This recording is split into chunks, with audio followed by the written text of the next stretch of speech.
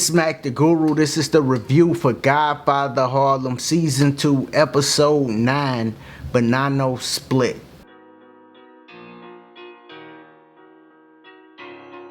Everything comes from the darkness. Alright, we are back. First off, shout out to the showrunners for mentioning me on social media. I appreciate it. Right now I'm building up YouTube. Then I'm going to go to the other social medias and build those up next. Now, let's get into the show, man. Another great episode. Y'all doing a real good job with this writing, the pace and all that. When I was watching it, I thought, man, they could have really messed this up. Because it's Malcolm X's story, Bumpy Johnson, and all of the mob. So they could have really botched this, you know, and had a lot of people angry and all that. But they doing a good job. I'm sure it's certain people that's angry about certain elements of it not lining up to how they perceived it was back then, or how their truth is back then. But all in all, I think it's a great show. In this episode, the first thing we got to deal with is Bumpy struggling with the death of all those people that he killed in the last episode, right? Because it was supposed to be 10 Harlems. He was close. He was real close. I think that had something to do with it too. Him knowing, man, we were so close to it just being us. And I had to go and do this. You know, I like that they showed this element because, first off, it showed you that back then, the gangsters, the hustlers, they killed people, but it was for necessary reasons, and it was something that they struggled dealing with too, you know, because you got guys these days that's killing people for petty reasons, like real petty reasons, you know, and doing unnecessary stuff.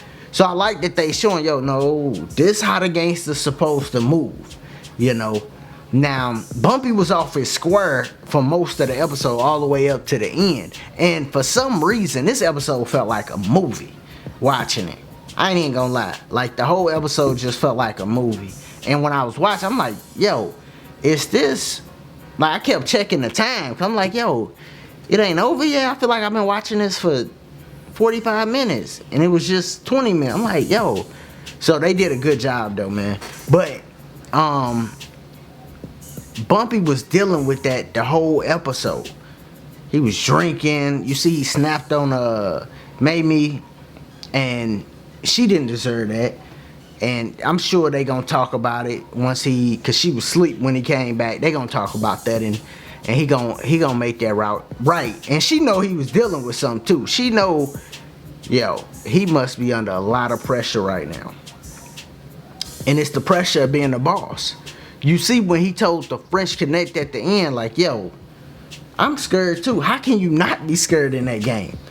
You got the cops after you. You got your people that you can't trust, right? And it's the same for the mob too. They got the same problem. People they can't trust. But then you got other people that's after you too. So Bumpy got all these people after him. It's like, yo, he thinking about getting out the game. Cause he realizing, yo, it's just too difficult to accomplish something after the 10 Harlems fell apart. You know.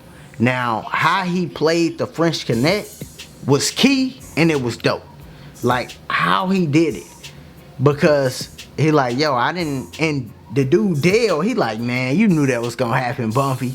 You had it all along, right? You know, because they then almost mythicized Bumpy. Like, man, Bumpy always on this square. He know how it's going to go all the time. He like, yo, nah, man, I ain't had no plans, really. You know, it went how it went. I ain't know he was going to come back. But the French Connect came back because he like, and he said he probably got up to walk out just to see, just to test them. Like, yo, let me test to see if Bumpy lying to me. Let me get up, leave. And if he actually don't do nothing, they don't follow me, you know what? I'm going to come back. And that's what he did. And he came back. I'm like, that's what's up, you know. Now, I knew Bumpy wasn't going to kill him when he went there because of what Malcolm said. Like, yo, lean into who you really are. And he had been struggling with just killing these other people. And he talked to the French Canadian dude. He like, yo, you scared it, you know. And he like, yo, I am too. Trust me, everybody is. Vincent is. Everybody in that game is scared, you know. And we definitely got to talk about that side. They got all the formulas that make a great series because you invested into not just Bumpy Johnson, you invested in Adele, you invested in the MactheGuru, you invested into Vincent most definitely and his family, Stella, all them, but you invested in the mob too, you know, so we invested in a lot, you know. They got the FBI people, like they got a bunch of different elements in it. You know, all the people that's in the politicians, right? So we invested in these different storylines and they just coming together. The one thing I want, and I know I'm jumping around, I'm gonna get back to Bumpy, but the one thing I want them to add, maybe not this season, maybe season 3, is Frank Lucas. You know, because everybody is creating these universes. Actually, I'm going to do a separate video. You know, I ain't even going to go into that on the recap and stuff. I'm going to do a separate video on that, so check that out. But, Bumpy was dealing with a lot this episode, and he came through. You know, at the end, he talked to Frank, let Frank know, hey, sit this one out, dog. Let me handle this. Sit it out. Let me handle this. You're old, Frank old, you know. And Frank set it out. And Bumpy put the plan together where he didn't have to kill a made man, but just get him out of town. Because best believe Joe was going for the gusto, boy. Joe was going for the gusto. And he was cocky too. He knew he had it.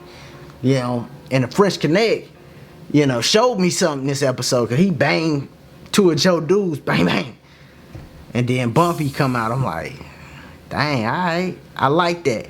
You know what I mean?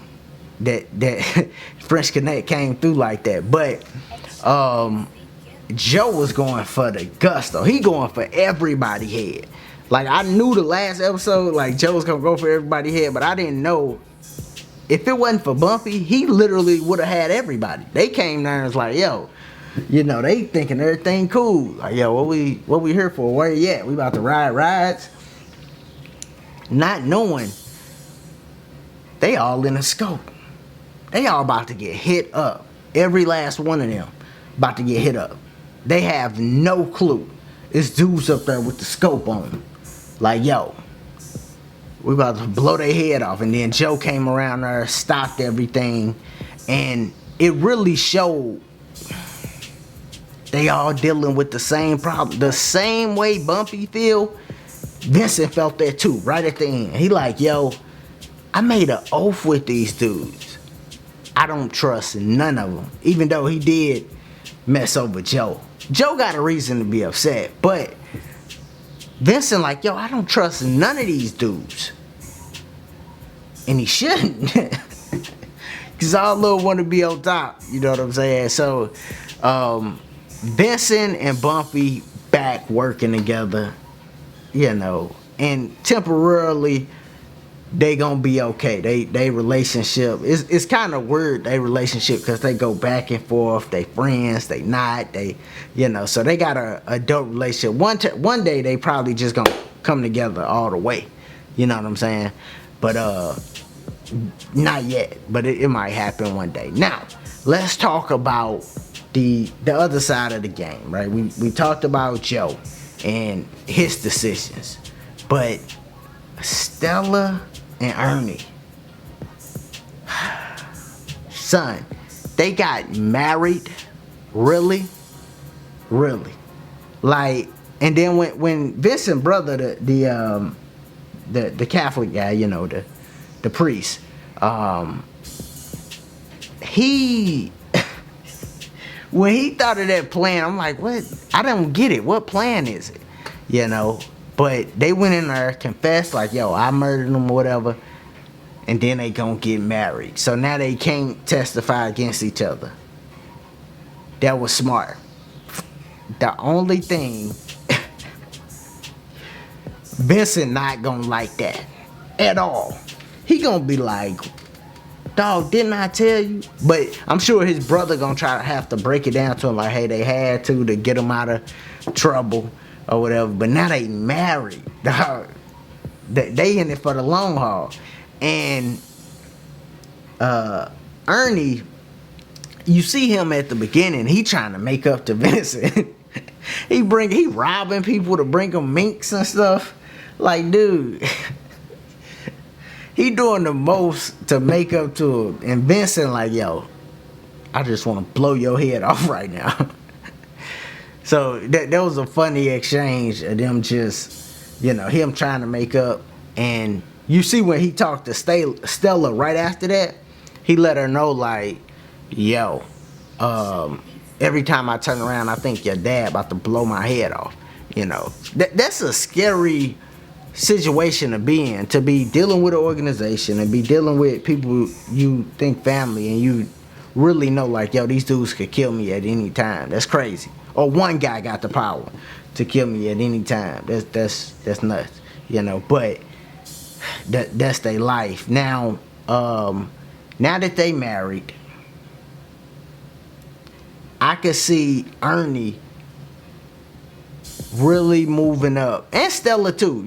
Once Vincent, because eventually Vincent gonna have to move to the side. They gonna feel that. You know what I'm saying?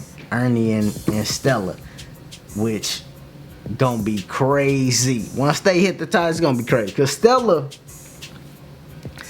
the most craziest person on the show. Like, Stella off the chain.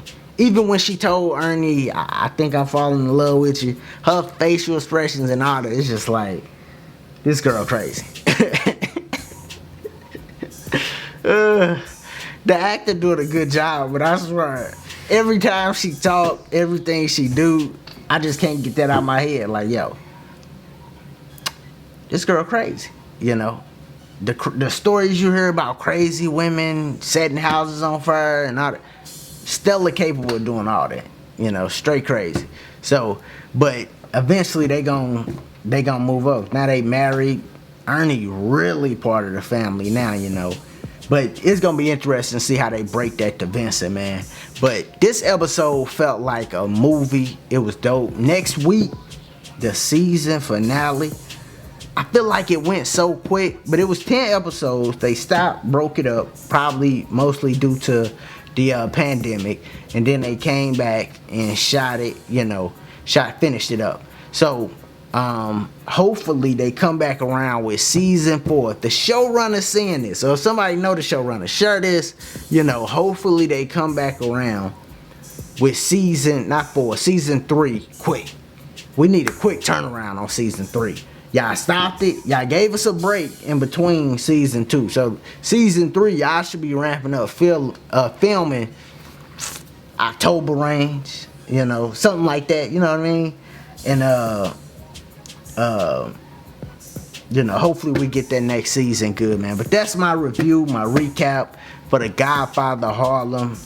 Dope episode, man. Salute to everybody that work on it. It's MactheGuru as always. If you're still here, click that subscribe button, like the video, share, comment. Y'all be easy, be safe. Peace.